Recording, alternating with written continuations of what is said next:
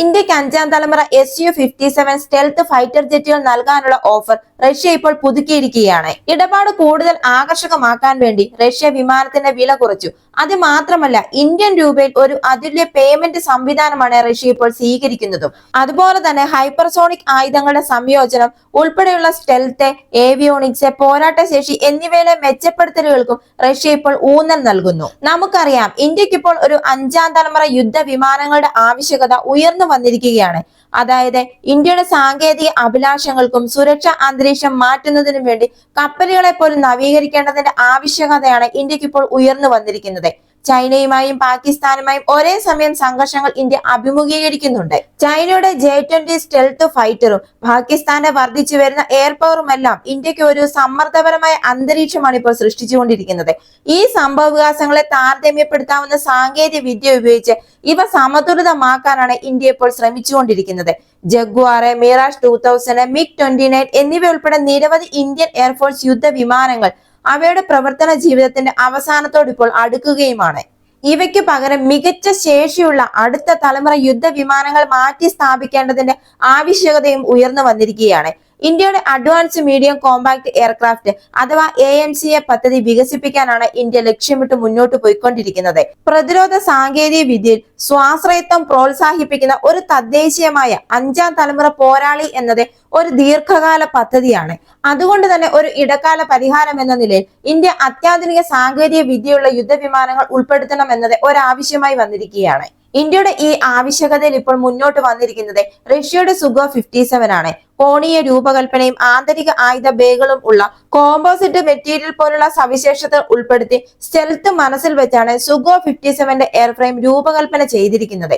Active electronic scan array radar, IRST അതായത് infrared search and track, electronic warfare സംവിധാനങ്ങൾ എന്നിവയുൾപ്പെടെ അത്യാധുനിക ഏവിയോണിക്സ് ആണ് Su-57 ഇത് അതിജീവനവും സാഹചര്യ അവബോധവും വർദ്ധിപ്പിക്കുന്നു. അതുപോലെ തന്നെ നിലവിൽ ഇതിൽ AL-41F1 എഞ്ചിനുകളാണുള്ളത്.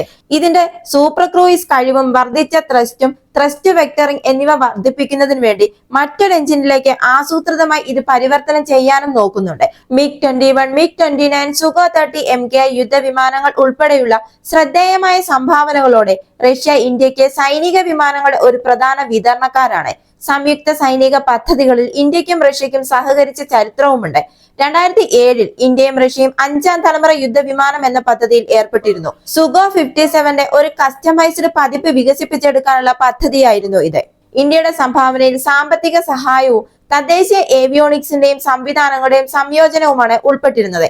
എന്നാൽ 2018 ഇന്ത്യ ഈ പ്രോഗ്രാമിൽ നിന്ന് പിന്മാറുകയായിരുന്നു. കാരണം ടെക്നോളജി ട്രാൻസ്ഫർ, സോഫ്റ്റ്വെയർ ആക്സസ്, പ്രകടനം, കാലതാമസം, ചെലവ്, ഓവർറൺ എന്നിവയുമായി ബന്ധപ്പെട്ട പ്രശ്നങ്ങളും ഉൽപാദനം, സാമ്പത്തിക വ്യവസ്ഥകൾ എന്നിവയെക്കുറിച്ചുള്ള അഭിപ്രായ വ്യത്യാസങ്ങളുമായിരുന്നു ഇതിന് കാരണം. അങ്ങനെ ഇന്ത്യ ഈ പ്രോഗ്രാമിൽ നിന്ന് മാറുകയും തദ്ദേശീയമായി തന്നെ പരിഹാരങ്ങൾ വികസിപ്പിക്കുന്നതിനും മറ്റ് വിദേശ വിമാനങ്ങളെ പരിഗണിക്കുന്നതും ഉൾപ്പെടെ മറ്റു ബദലുകൾ തേടാനുള്ള തീരുമാനവുമായി മുന്നോട്ട് പോവുകയും ചെയ്തു. എന്നാൽ ഇപ്പോൾ ഇന്ത്യ ഈ Su-57 യുദ്ധവിമാനങ്ങൾ വാങ്ങുന്ന പ്രോഗ്രാമുമായി മുന്നോട്ട് പോവുകയാണെങ്കിൽ ഇന്ത്യയുടെ തദ്ദേശീയമായ അഡ്വാൻസ്ഡ് മീഡിയം കോമ്പാക്ട് എയർക്രാഫ്റ്റ് അഥവാ AMCA പ്രോഗ്രാമിനെ ഇത് ഏത് രീതിയിൽ ബാധിക്കുമെന്ന് നമുക്കൊന്ന് നോക്കാം. ഇന്ത്യ Su-57 വാങ്ങുകയാണെങ്കിൽ സ്റ്റെൽത്ത് കഴിവുകൾ, നൂതന ഏവിയോണിക്സ്, എഞ്ചിൻ പ്രകടനം എന്നിവയുൾപ്പെടെ അഞ്ചാം തലമുറ യുദ്ധവിമാനത്തിന്റെ രൂപകൽപ്പനയിലും സാങ്കേതിക വിദ്യയിലും വിലപ്പെട്ട ഉൾക്കാഴ്ചകൾ നേടാനാവും. ഇത് ഇന്ത്യൻ എഞ്ചിനീയർമാരുടെ പഠന വക്രത ത്വരിതപ്പെടുത്തുകയും AMCയുടെ ഡിസൈൻ മെച്ചപ്പെടുത്താൻ സഹായിക്കുകയും ചെയ്യും. ഇതിന്റെ മറുവശം നമ്മൾ നോക്കുകയാണെങ്കിൽ രണ്ട് പ്രോഗ്രാമുകൾക്കും കാര്യമായ നിക്ഷേപവും ശ്രദ്ധയും ആവശ്യമാണ്. അതുകൊണ്ട് തന്നെ Su-57 വാങ്ങുകയാണെങ്കിൽ AMCA പ്രൊജക്റ്റിൽ നിന്നുള്ള ശ്രദ്ധയും വിഭവങ്ങളും വഴിതിരിച്ചുവിടും. ഇത് AMCയുടെ വികസനം വൈകിപ്പിക്കാനും സാധ്യതയുണ്ട്. ഈ Su-57 ഒരു ഇടക്കാല പരിഹാരം നൽകും എങ്കിലും അത് വാങ്ങുന്നത് വിദേശ സാങ്കേതിക വിദ്യയിലുള്ള ഇന്ത്യയുടെ ആശ്രിതത്വത്തെ ശക്തിപ്പെടുത്തും. ഇത് പ്രതിരോധ സാങ്കേതിക വിദ്യയിൽ കൂടുതൽ സ്വാശ്രയത്വം കൈവരിക്കുക എന്ന AMCയുടെ ലക്ഷ്യത്തിന് വിരുദ്ധമായി മാറും.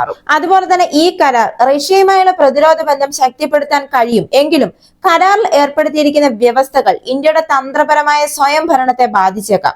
അതായത് ഈ വ്യവസ്ഥകൾ വിമാനത്തിന്റെ പ്രത്യേക ആവശ്യങ്ങൾക്കനുസരിച്ച് ഇഷ്ടാനുസൃതമാക്കുന്നതിനെ പരിമിതപ്പെടുത്തിയേക്കാം. ഇതുകൂടാതെ ഇതിൽ ഏറ്റവും വലിയൊരു കാര്യം സോഫ്റ്റ്വെയർ അപ്ഡേറ്റുകൾക്കും അറ്റകുറ്റപ്പണികൾക്കും ഭാവിയിലെ നവീകരണങ്ങൾക്കുമായി ഇന്ത്യ എപ്പോഴും റഷ്യയെ ആശ്രയിക്കേണ്ടതായി വരും. അതുപോലെ തന്നെ ഈ സുഖോ 57 എന്ന് പറയുന്നത് ഉയർന്ന ചെലവുകളുള്ള ഒരു യുദ്ധവിമാനമാണ്. അതുകൊണ്ട് തന്നെ ഇത് ഏറ്റെടുക്കുമ്പോൾ ഇതിന്റെ ചെലവും താങ്ങാനാവുന്ന വിലയും അനിവാര്യ ഘടകങ്ങളായിരിക്കും. ക്ലെയിം ചെയ്ത പ്രകടന സവിശേഷതകൾ വിലയിരുത്തുകയും നിലവിലുള്ള മറ്റ് പ്ലാറ്റ്ഫോമുകളുമായി പ്രത്യേകിച്ച് എതിരാളികളുമായി ഇത് താരതമ്യം ചെയ്യുകയും വേണം. അതുപോലെ തന്നെ സങ്കീർണമായ സാങ്കേതിക വിദ്യ കൈമാറ്റം ചെയ്യണമെന്ന ഇന്ത്യയുടെ പിടിവാശിയും ഈ പ്രതിരോധം ഏറ്റെടുക്കുന്നതിൽ ഒരു നിർണായക ഘടകമാണ്. പ്രധാന സാങ്കേതിക വിദ്യകൾ പങ്കിടാനുള്ള റഷ്യയുടെ സന്നദ്ധത ഇന്ത്യയുടെ തീരുമാനങ്ങൾ ഏറ്റെടുക്കുന്ന പ്രക്രിയയെ സാരമായി സ്വാധീനിക്കും. പ്രത്യേകിച്ചും മേക്ക് ഇൻ ഇന്ത്യ പോലുള്ള സംരംഭങ്ങളിലൂടെ ആഭ്യന്തര പ്രതിരോധ വ്യവസായം മെച്ചപ്പെടുത്താനാണ് ഇന്ത്യ ഇപ്പോൾ കൂടുതൽ ശ്രദ്ധിക്കുന്നത്. ഇങ്ങനെ ധാരാളം പ്രത്യാഘാതങ്ങളുള്ള സങ്കീർണമായ ഒരു പ്രശ്നം തന്നെയാണ് സുഖോ 57 എന്ന യുദ്ധവിമാനം ഇന്ത്യ ഏറ്റെടുക്കുന്നത്. സാങ്കേതിക വിലയിരുത്തലുകൾ, തന്ത്രപരമായ പരിഗണനകൾ, ഭൗമരാഷ്ട്രീയ പ്രത്യാഘാതങ്ങൾ എന്നിവയെല്ലാം ഇതിൽ ഉൾപ്പെടുന്നു. Su-57 ഇന്ത്യയുടെ വ്യോമസേനയെ ശക്തിപ്പെടുത്താൻ കഴിയുന്ന കാര്യമായ കഴിവുകൾ വാഗ്ദാനം ചെയ്യുന്നുണ്ട് എങ്കിലും സ്റ്റെൽത്ത്, എഞ്ചിൻ പ്രകടനം, സാങ്കേതിക കൈമാറ്റം എന്നിവയെക്കുറിച്ചുള്ള പരിഹരിക്കപ്പെടാത്ത ആശങ്കകൾ നിർണായകമായ തടസ്സങ്ങളായി തുടരുന്നുണ്ട്. അതുപോലെ തന്നെ മറ്റൊരു പ്രശ്നമായി ഉയർന്നു വരാൻ സാധ്യതയുള്ളത് ജിയോ പൊളിറ്റിക്കൽ ലാൻഡ്സ്കേപ്പ് ആണ്. പ്രത്യേകിച്ചും അമേരിക്ക ഉപരോധങ്ങളുടെ ഒരു അപകട സാധ്യത മുന്നിട്ട് നിൽക്കുമ്പോൾ ഇന്ത്യക്ക് നിലവിൽ 5ാം തലമുറ യുദ്ധവിമാനങ്ങൾക്ക് 2 സാധ്യതയുള്ള വിതരണക്കാരാണ് ഉള്ളത്. ഒന്ന് റഷ്യയും ഒന്ന് അമേരിക്കയും. അമേരിക്കയുടെ F-35 ആണ് ഇതിന് മുന്നോട്ട് വരുന്നത്. അതുപോലെ റഷ്യയുടെ Su-57E ഇതിൽ ഇന്ത്യ മുൻതൂക്കം നൽകാൻ സാധ്യത റഷ്യയുടെ Su-57Eക്കാണ്. ഇതിന്റെ കാരണം എന്താണെന്ന് നമുക്കൊന്ന് നോക്കാം. ഇതിൽ Su-57E തിരഞ്ഞെടുക്കാനുള്ള കാരണമെന്ന് പറയുന്നത് ഇന്ത്യയുടെ പ്രത്യേക ആവശ്യകതകളോട് പൊരുത്തപ്പെടുന്ന രീതിയിലാണ് ഇതിന്റെ നിർമ്മാണം. അതുപോലെ തന്നെ ഇതിന്റെ പേരെടുത്ത റെക്കോർഡുമാണ്. അതായത് ഉക്രൈനിലെ സജീവമായ യുദ്ധ സാഹചര്യങ്ങളിൽ ഉപയോഗിക്കുന്ന പാട്രിയറ്റ്, നാസാംസ്, IRST തുടങ്ങി ആധുനിക പാശ്ചാത്യ വ്യോമ പ്രതിരോധ സംവിധാനങ്ങൾക്കെതിരെ പോരാട്ട ഫലപ്രാപ്തി തെളിയിച്ച ഏക 5ാം തലമുറ യുദ്ധവിമാനമാണ് സുഖോ 57E. ഹ്രസ്വവും ഇടത്തരവുമായ എയർ ടു എയർ മിസൈലുകൾ മാത്രമാണ് അമേരിക്കയുടെ F-35 ഉള്ളത്. എന്നാൽ സുഖോ 57E ഹ്രസ്വം, ഇടത്തരം, ദീർഘദൂര മിസൈലുകളുടെ സമഗ്രമായ ഒരു സ്യൂട്ടാണ് ഇതിൽ സജ്ജീകരിച്ചിരിക്കുന്നത്. എയർ സുപ്പീരിയോറിറ്റി മിഷനുകൾ ഇതിന് ഒരു പ്രത്യേക മുൻതൂക്കം നൽകുന്നു. അതുപോലെ തന്നെ F-35ക്ക് സിംഗിൾ എഞ്ചിനാണുള്ളത്. എന്നാൽ സുഖോ 57 ഇരട്ട എഞ്ചിനാണുള്ളത്.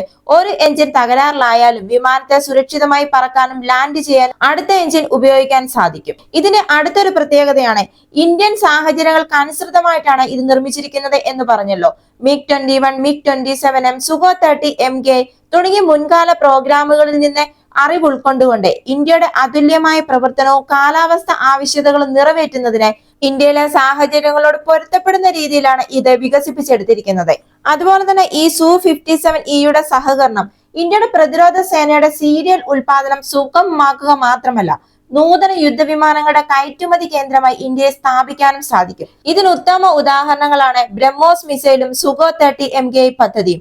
ഇന്ത്യയുമായുള്ള റഷ്യയുടെ സഹകരണത്തിന്റെ ട്രാക്ക് റെക്കോർഡാണ് ബ്രഹ്മോസ് മിസൈലും സുഖോ 30 MK പദ്ധതിയും. സുഖോ 57E തന്ത്രപരമായ നല്ല ഒരു അവസരമാണ് ഇന്ത്യക്ക് വാഗ്ദാനം ചെയ്യുന്നത്. അതുകൊണ്ട് തന്നെ ഇന്ത്യ ഇത് തിരഞ്ഞെടുക്കാനാണ് കൂടുതൽ സാധ്യത എന്ന് കരുതുന്നു. ഈ വീഡിയോ നിങ്ങൾക്ക് ഇഷ്ടമായെങ്കിൽ മറക്കാതെ തന്നെ ഈ ചാനൽ ഒന്ന് സബ്സ്ക്രൈബ് ചെയ്യുക, ഒരു ലൈക്ക് തരിക. അടുത്ത വീഡിയോയുമായി വീണ്ടും കാണാം.